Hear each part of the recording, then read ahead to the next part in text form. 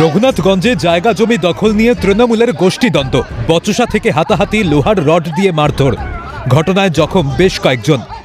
শুক্রবার সকালে জমি সংক্রান্ত ঝামেলার মীমাংসা চলছিল জঙ্গিপুরের বিধায়ক জাকির হোসেনের কার্যালয়ে। বেআইনিভাবে জমি রেকর্ড করা নিয়ে দফরপুর পঞ্চায়েতের তৃণমূল প্রধান মঞ্জুর আলীর অনুগামীদের সঙ্গে রানীনগর তৃণমূলের অঞ্চল সভাপতি খায়রুল ইসলামের অনুগামীদের মধ্যে বিবাদ ছিল। উভয় পক্ষই উপস্থিত ছিল জঙ্গিপুরের বিধায়কের কার্যালয়ে। সেখানেই কথা কাটাকাটি থেকে শুরু হয় বচসা, হাতাহাতি, লোহার রড দিয়ে মারপিট চলে বলে অভিযোগ।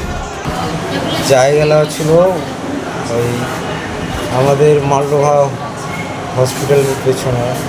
আচ্ছা, 82 শতক জায়গা নেওয়া ছিল। সেই জায়গা নিয়েছি বলে শাহাদাতেরা অনেক রকমের টর্চারিং করেছে। আমরাকে রেকর্ড করতে যাইনি, জানিয়ে জাকির বাবুর কাছে আমরা গিয়েছিলাম। দাদাও ডেকেছিল বিচার করে দেওয়ার জন্য। সে জাকির বাবু ফায়সালা করে দিল।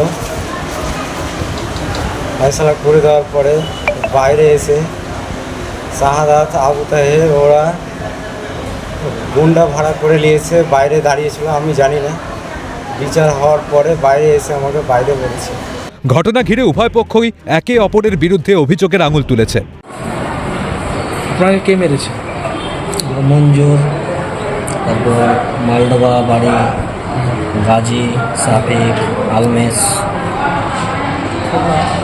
খোকার সব ছেলে, মানে খোকা ছিল প্লাস খোকার ছেলেরা ছিল।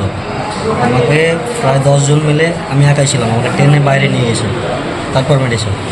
কী কারণে মেরেছে কিছু? কারণটা কী করবো এখন? আমি সমাধানের জন্য ওখানে যাওয়া হয়েছিল। জায়গা বিবাদ নিয়ে ওখানে ওরা চেঁচামেচি শুরু করে দেয়। তারপর আমাকে টার্গেট করে বাইরে নিয়ে গিয়ে 10 জন মিলে, আমি একাই ছিলাম।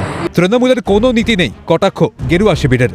এর থেকে সহজেই প্রমাণ হয় এই দলটার কোনো নীতি নাই, নৈতিকতা নাই, কেউ কাউকে মানে না।